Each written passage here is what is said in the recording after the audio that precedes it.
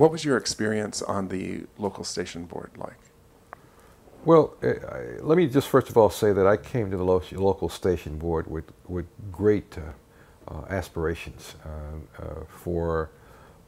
significant change and immediate change, and I was a member, a very proud member of the Justice and Unity slate. I served on the local station board for 3 years, and I served on the national board for 1 year. When I say change, I'm referring to the devastating effects that were caused by the wholly unwarranted coup that was engaged in just a few years ago. And as a result of the listeners,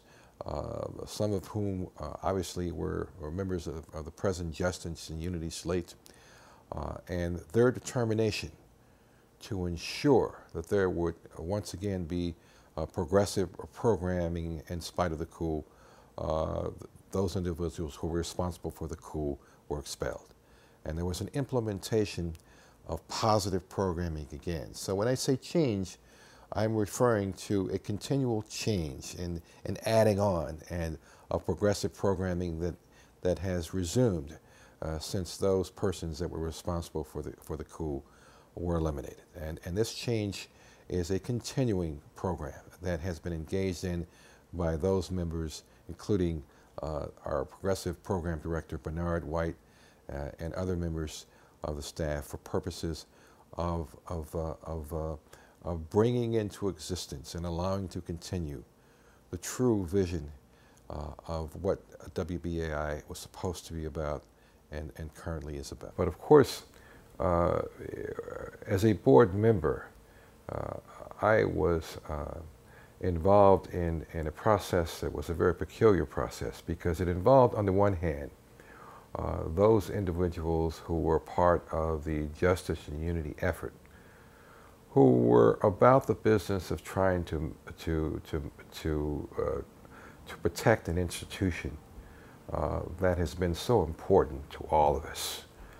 in terms of its present programming and even its past programming. And these efforts were made in various and different ways, but on a very serious level. On the other hand, I was exposed to individuals who had a totally different agenda, individuals who were there solely to disrupt the legitimate efforts of those from the Justice and Unity slate to preserve progressive programming. And of course, there were individuals like a man by the name of Paul DiRienzo, who, by the way, actually benefited from the coup that took place several years ago, a few years ago now, and in fact had his own show. And of course, after a victory occurred and those individuals who were responsible for that coup certainly no longer existed, then Paul DiRienzo, who was elected as a board member, became a protagonist, and in fact became an obstructionist in terms of at every meeting that I can possibly think of, engaging in the type of activities that prevented those who were there from Justice and Unity and who were there about the business of attending to board activities that would maintain this progressive programming. He, in fact, was an obstructionist and made every attempt to prevent that from happening. There were other people who served in a similar capacity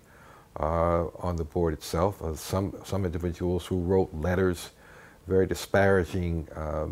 letters about the program director, and one of those individuals was Steve Brown, who wrote, I'm talking about libelous letters, making spurious allegations against our program director Bernard White and a couple of other individuals at the station, and of course other individuals who engaged in similar activities, as did Paul DiRienzo, who were all a part of on paper, some of them belonged to different slates, but they were all a part of the same general modus operandi, leading us to believe that there was concerted activity, notwithstanding the difference in the names of the slates that they evolved from. So this was my experience on the board and the local station board. And to some extent, this type of obstructionism existed even on the national board by some of the same individuals who had formed allegiances with other people across the country. And I can say that we have, to this day, presently maintained, has been a maintenance of the progressive programming that we have today as a result of the unrelenting ability or unrelenting attitudes of those that are a part of Justice and Unity to preserve that programming. And it is on that basis that, again, I reiterate that it is most important that this slate remain on the board as a vital component for purposes of preserving historical and progressive programming at WBAI.